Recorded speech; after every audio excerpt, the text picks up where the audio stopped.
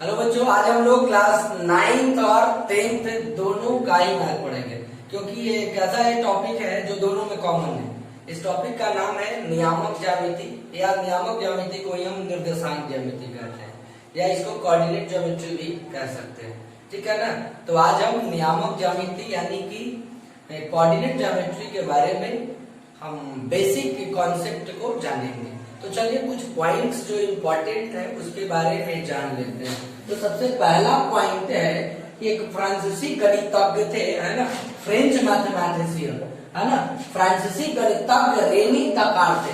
ध्यान रखिएगा कि फ्रांसीसी गणितज्ञ यानी कि फ्रेंच मैथमेटिशियन रेनी दकार्ते ने एक तल में, तल कहने का मतलब क्या है, ये क्या है, एक पूरा तल है ना, ये एक क्षेत्र है ना।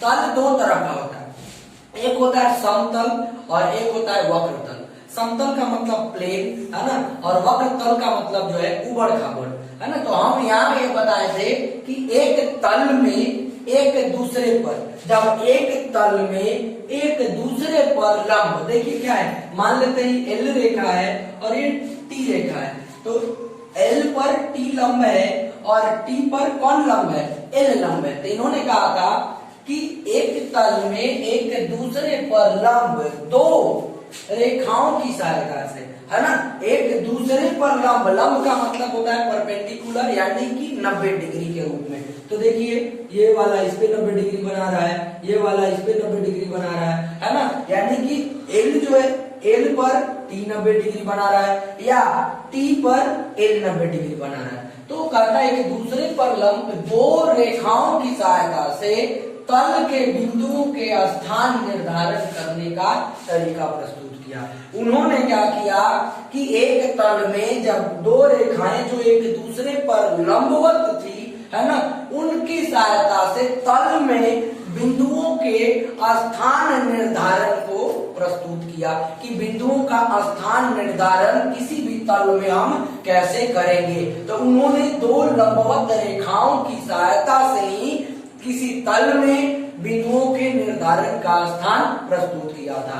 उसके बाद दूसरा आता है समतलीय निर्देशांक ज्यामिति क्या होता है, या नियामक ज्यामिति क्या होता है। एक ही समझ लीजिएगा, कभी भी कंफ्यूजन नहीं होगा कि निर्देशांक ज्यामिति या नियामक ज्यामिति दोनों एक ही चीज है। निर्देशांक और नियामक दोनों एक ही वर्ड है, बस इसका नाम अलग अलग है, लेकिन दोनों का अर्थ जो है एक ही होता है।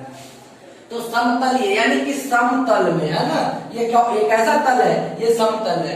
तो समतलीय निर्देशांक ज्यामिति गणित की उस शाखा का नाम है, ठीक है ना। पता है कि समतलीय यानी ये समतल है, क्या प्लेन है ना, एकदम चिकना है, तो ये समतल है।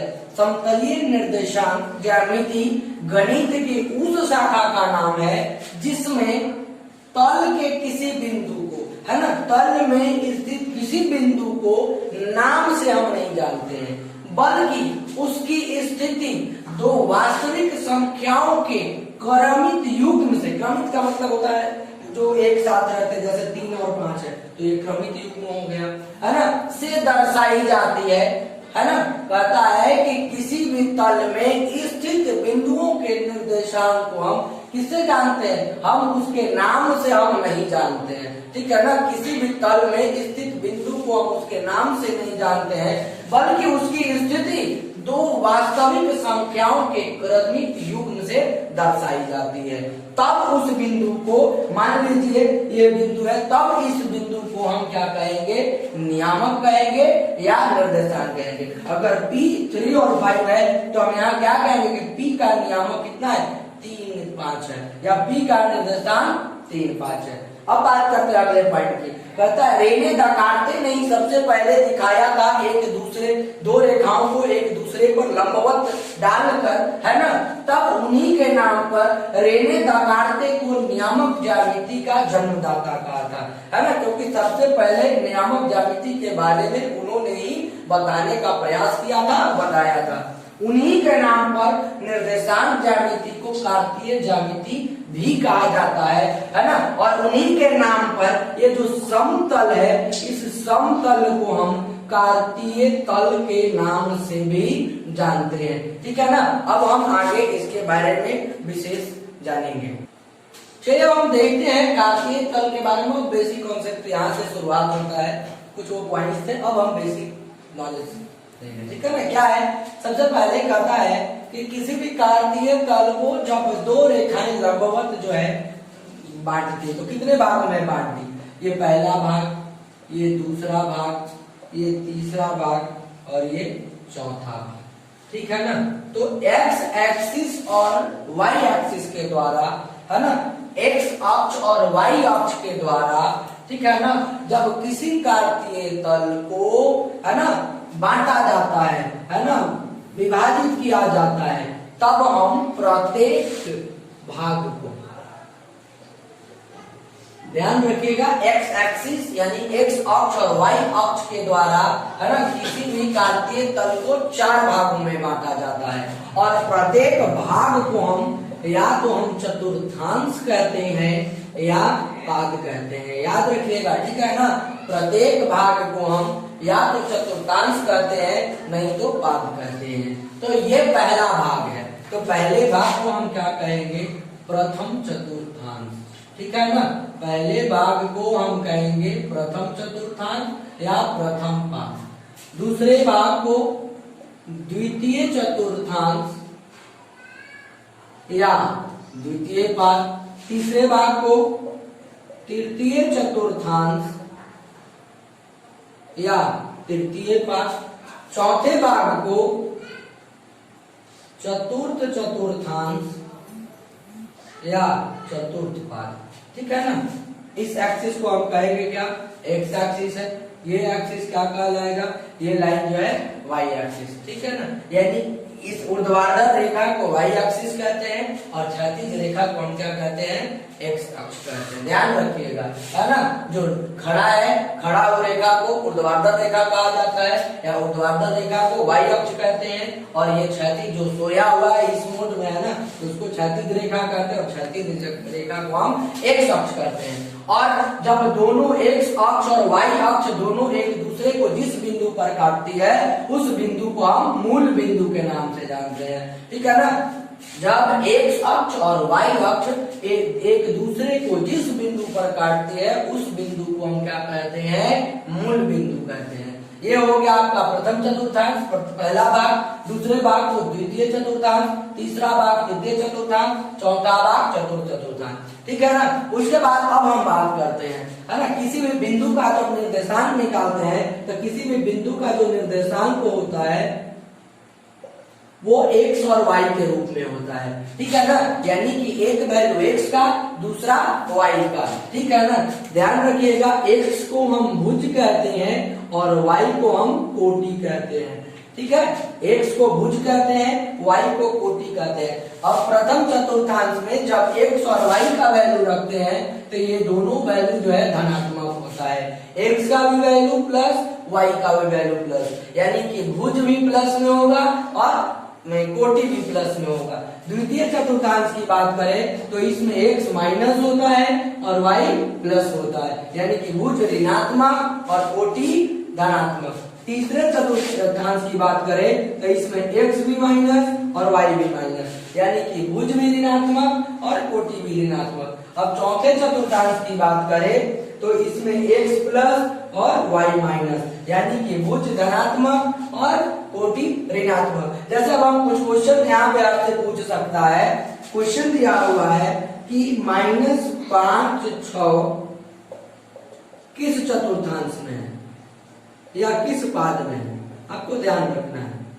तो सबसे पहला जो वैल्यू होता है वो x का होता है और दूसरा वैल्यू होता है y का वैल्यू होता है। तो यहाँ से हम क्या देख रहे हैं कि x जो है माइनस में है और y क्या है, प्लस में। जब चतुर्थांश में पूछे कि किस चतुर्थांश में, किस पाद में, तो केवल हम साइन देखते हैं कि जो नंबर है उसका क्या साइन है ना। तो x माइनस में है, निगेटिव ऋणात्मक है, y जो है प्लस में है यानी धनात्मक है। तो x माइनस और y प्लस किस चतुर्थांश में होता है, तो देखिए पहला में देख रहे हैं तो प्लस प्लस, दूसरा में x माइनस और y प्लस, यही है। यहाँ पे देखिए x माइनस और y प्लस, तो ये किस चतुर्थांश में होगा, ये जो होगा द्वितीय चतुर्थांश में या द्वितीय पाद में, ठीक है ना। या इसी पे एक और क्वेश्चन पूछ सकता है, जैसे कि -5/6 में भुज तथा कोटि का मान बताएं, ठीक है ना।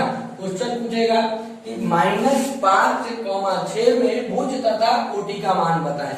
तो x को क्या कहते हैं, भुज कहते हैं, और y को कोटि कहते हैं। तो यहाँ x बराबर कितना है, -5 है, और y बराबर कितना है, 6 है।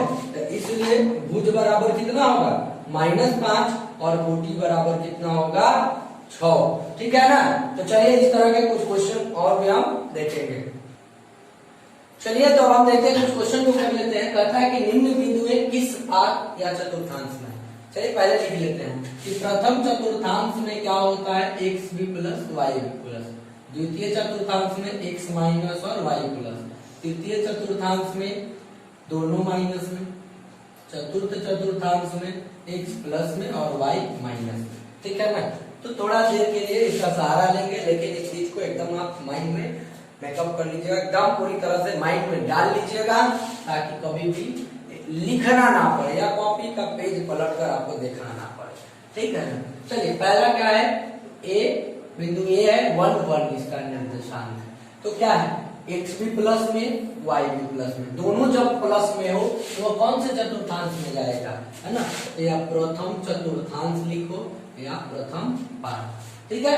बी, अब ये देखते हैं, तो ये कितना है, -1 और 3, यानी x का मान क्या है, माइनस में, और y का मान क्या है, प्लस में। तो x माइनस और y प्लस, तो किस में जाएगा, ये द्वितीय चतुर्थांश में या द्वितीय पाद में जाएगा। सी देखते हैं, सी बिंदु का निर्देशांक -2 और -4 है, यानी x का मान भी माइनस में और y का भी माइनस। तो नंबर से नहीं मतलब है, हम बस यही देखते हैं कि जो उसके नंबर के आगे जो साइन लगा हुआ है वो साइन प्लस का है या माइनस का है, क्योंकि उन्हीं साइनों के आधार पे, है ना, उन्हीं चिन्हों के आधार पर जो है हमें डिसाइड कर पाते हैं कि वह किस चतुर्थांश में किस पाद में है। तो यहाँ x भी माइनस y भी माइनस, है ना। जब दोनों माइनस में तो कौन सा चतुर्थांश, तृतीय चतुर्थांश या तृतीय पाद, ठीक है ना। अब इसमें देखते हैं, तो x प्लस में है, y माइनस में है, तो ये कौन सा हो गया, x प्लस y माइनस, ये चतुर्थ चतुर्थांश। अब यहाँ देखते हैं, तो x माइनस y प्लस, तो ये किसमें हो गया, फिर ये द्वितीय में चला गया, द्वितीय चतुर्थांश। यहाँ x माइनस y माइनस, दोनों माइनस है, तभी किसमें चला गया, तभी चला गया तृतीय चतुर्थांश या तृतीय पाद में। ये तो हो गया। अब बात करते हैं कि निम्न में भुज तथा कोटि का मान बताएं। तो पहला जो वैल्यू होगा, यानी x का जो मान होगा, x को भुज कहते हैं, y को कोटि कहते हैं। तो पहला जो मान होता है वो x का होता है। तो यहाँ x का मान कितना है, 1 है, y का मान भी 1 है, इसलिए हम क्या लिखेंगे कि भुज बराबर 1 और कोटि बराबर भी क्या हो जाएगा, कोटि बराबर भी 1 हो जाएगा। अब भी यहाँ देखते हैं दूसरे क्वेश्चन में, तो यहाँ x का मान -1 है और y का मान कितना है, 3 है। तो यहाँ से भुज बराबर -1 और कोटि बराबर 3 हो जाएगा। तीसरे क्वेश्चन में सी का निर्देशांक कितना है, -2 और -4, यानी कि x बराबर -2 और y बराबर -4। तो x का मान यानी भुज -2 और कोटि आपका कितना हो जाएगा, -4 हो जाएगा। अगर देखते हैं चौथे में, डी बिंदु का निर्देशांक कितना है, 1, -3, यानी x बराबर 1 और y बराबर -3। तो x का मान यानी भुज 1 हो गया और कोटि कितना हो जाएगा, कोटि हो जाएगा -3। अब इसमें देखते हैं, तो ई का निर्देशांक कितना है, -5, 10, यानी x का मान यहाँ कितना है, x का मान है -5, तो भुज -5 हो गया, और y का मान है कितना, 10, तो कोटि कितना हो गया, 10। तो इस तरह से हम क्या देखते हैं कि जब हमें निकालना है, चतुर्थांश बताना है कि कोई बिंदु किस चतुर्थांश में है, तो उसके लिए हमें केवल उन वास्तविक संख्याओं के क्रमिक युग्मों का केवल जो है चिन्हों को देखना है कि उनके आगे प्लस का साइन है या माइनस का साइन है। लेकिन जब हम बताना रहता है कि निम्न बिंदु में भुज तथा कोटि का मान क्या है, तो x का मान जो होता है वो भुज का मान कहलाता है और y के मान को हम कोटि कहते हैं। चलिए अब हम कुछ पॉइंट्स को देख लेते हैं, है ना, जो भी चीजें हम पढ़े उससे कुछ पॉइंट्स निकलता है, इसको याद रखिएगा, एग्जाम में बहुत ज्यादा इंपॉर्टेंस है। कहता है मूल बिंदु का निर्देशांक जो होता है वो 0 0 होता है, यानी कि मूल बिंदु पर x का मान भी 0 होता है और y का मान भी 0 होता है, इसलिए मूल बिंदु का निर्देशांक क्या होता है, 0 और 0, 0 और 0, है ना। अब x अक्ष पर प्रत्येक बिंदु का y निर्देशांक, कहने का मतलब है कि x अक्ष पर y का अगर निर्देशांक पूछेगा तो x अक्ष पर y का निर्देशांक 0 होता है, और y अक्ष पर अगर x का निर्देशांक पूछेगा तो y अक्ष पर x का निर्देशांक भी 0 होता है। ध्यान रखना है, x अक्ष पर y का निर्देशांक भी 0 और y अक्ष पर x का निर्देशांक भी 0 होता है। उसके बाद x अक्ष और y अक्ष से बने प्रत्येक भाग को हम क्या कहते हैं, चतुर्थांश कहते हैं या पाद कहते हैं। चतुर्थांश कितने, तो 4 चतुर्थांश होते हैं, है ना। अब क्षैतिज रेखा को x अक्ष कहा जाता है और ऊर्ध्वाधर रेखा को क्या कहा जाता है, y अक्ष कहा जाता है। अब निर्देशांक को नियामक भी कहते हैं, ये पहले भी बता चुके हैं। उसके बाद अगर यदि किसी बिंदु P का, है ना, मान लीजिए एक बिंदु P है, उसका भुज जो है x है और कोटि का मान y है ना। किसी बिंदु, अगर कोई बिंदु मान लेते हैं P है, उसका भुज का मान x दिया हुआ है और कोटि का मान y दिया हुआ है, तो उस बिंदु P का निर्देशांक क्या होगा, तो उस बिंदु P का निर्देशांक होगा x और x, y, ठीक है ना। तो मान लीजिए इसी तरह एग्जाम्पल ले लिया है कि मान लीजिए भुज 3 है और कोटि 4 है, और बिंदु P के लिए भुज का मान 3 और कोटि का मान जो है 4 है, तब बिंदु P का निर्देशांक क्या होगा, है ना, तो 3, 4, पहले x का मान कॉमा उसके बाद ay का मान, ठीक है ना। तो x का मान 3 और y का मान 4, तो इस तरह से P बिंदु का निर्देशांक कितना हो गया, 3, 4।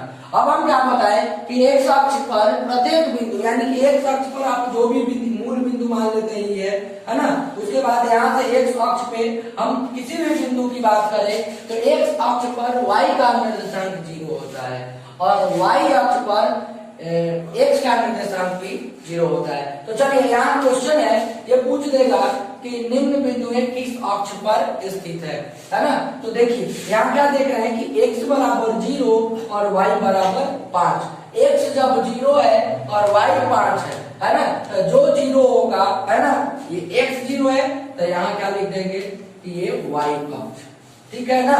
अब यहाँ क्या देख रहे हैं कि x 5 है और y 0, यानी कि जिसका मान दिया हुआ रहेगा, है ना, उसका हम लिख देंगे। अब ये x वैल्यू दिए हुए तो यह कहाँ बनेगा, ये x अक्ष पर बनेगा। यहाँ x 0 था, वो y का मान 5 था, तो ये जो बिंदु होगा वो y अक्ष पर होगा, क्योंकि x अक्ष पर y का निर्देशांक 0 होता है। यहाँ देखिए x अक्ष पर y का निर्देशांक क्या है, 0 है, तो x अक्ष पे जाएगा। अब क्या पढ़े थे कि y अक्ष पर x का निर्देशांक भी 0 होता है, तो y अक्ष पर y अक्ष देखिए क्या है, ये 5 है, ये 0 है, तो y अक्ष पर x का निर्देशांक 0 होता है। तो इस तरह से क्वेश्चन देगा, तो आपको इसी तरह बनाना है। चलिए अब क्वेश्चन देखते हैं कि कार्तीय तल में निम्न बिंदुओं के स्थान निर्धारित करें या निम्न बिंदुओं को दर्शाएं। पहला है ए बिंदु 5 3, बी -2 4, सी -4 -2, डी 5 0 और ई जो है 0 -2। इन सभी बिंदुओं को इस कार्तीय तल में उनके स्थान को दिखाना है, दर्शाना। चलिए तो पहला बिंदु ए का निर्देशांक कितना है, 5 और 3, है ना, यानी x का मान +5 और y का मान भी +3, तो x प्लस है क्या, ये x प्लस में यहाँ +5 है और y में +3, तो ये दोनों का जो है कॉमन पॉइंट खोजेंगे, कहाँ मिलेगा, दोनों इस पॉइंट पे जो है आसानी से मिल जाता है, ठीक है ना। तो ये पॉइंट ये हो गया ए बिंदु का निर्देशांक 5 थी। अब बिंदु बी को दर्शाना है, तो x का मान -2 और y का मान 4, तो अब x में जाएंगे -2 कहाँ है, तो यहाँ है -2 और y +4 है, तो y में +4 यहाँ है ना, यानी कि दोनों का कॉमन पॉइंट जहाँ दोनों मिलता है ना, यहाँ पे मिल रहा है, तो ये बिंदु b का निर्देशांक हो गया -2, 4। अब तीसरा c का -4 और -2, यानी x का मान -4 है और y का मान -2 है, यानी x का मान यहाँ -4 हो गया और y का मान देखिए माइनस में नीचे की ओर जब जाते हैं तो माइनस होता है, तो -2, तो यहाँ कहाँ आ जाएगा यहाँ पे ये पॉइंट मिल रहा है दोनों का, तो ये हो गया आपका सी, कितना -4 और -2। अब हम डी चौथा देखते हैं, तो डी का निर्देशांक कितना है 5 0, यानी कि x 5 और y 0 है ना। जब y 0 होगा तब किसी भी बिंदु का निर्देशांक जो है x अक्ष पे, तब 5 0, तब 5 है या 0 क्या है, ये तो इसी अक्ष पे होगा, तो ये आपका डी हो गया। डी के निर्देशांक 5 0। उसके बाद है 5वें नंबर है ना, ई का निर्देशांक जो है 0, -2, यानी कि x का मान 0 और y का मान -2। क्या बोले थे, जब एक y अक्ष पर किसी बिंदु का निर्देशांक 0 होता है, जब x का मान 0 हो तो उसका कहाँ पे बनेगा, वो हमेशा y अक्ष पे बनेगा। तो y अक्ष -2 है, तो ऊपर की ओर जाएंगे तो प्लस, नीचे की ओर जाएंगे तो माइनस, तो -2 यहाँ पे बनेगा, यानी कि ये बिंदु ई होगा, इसका निर्देशांक 0 -2। तो इस तरह से किसी भी बिंदु को हम स्थान को दर्शा सकते हैं। तो चलिए इस वीडियो में इतना ही, फिर अगले वीडियो में अगले क्वेश्चंस के साथ मिलेंगे, तब तक के लिए जय हिंद।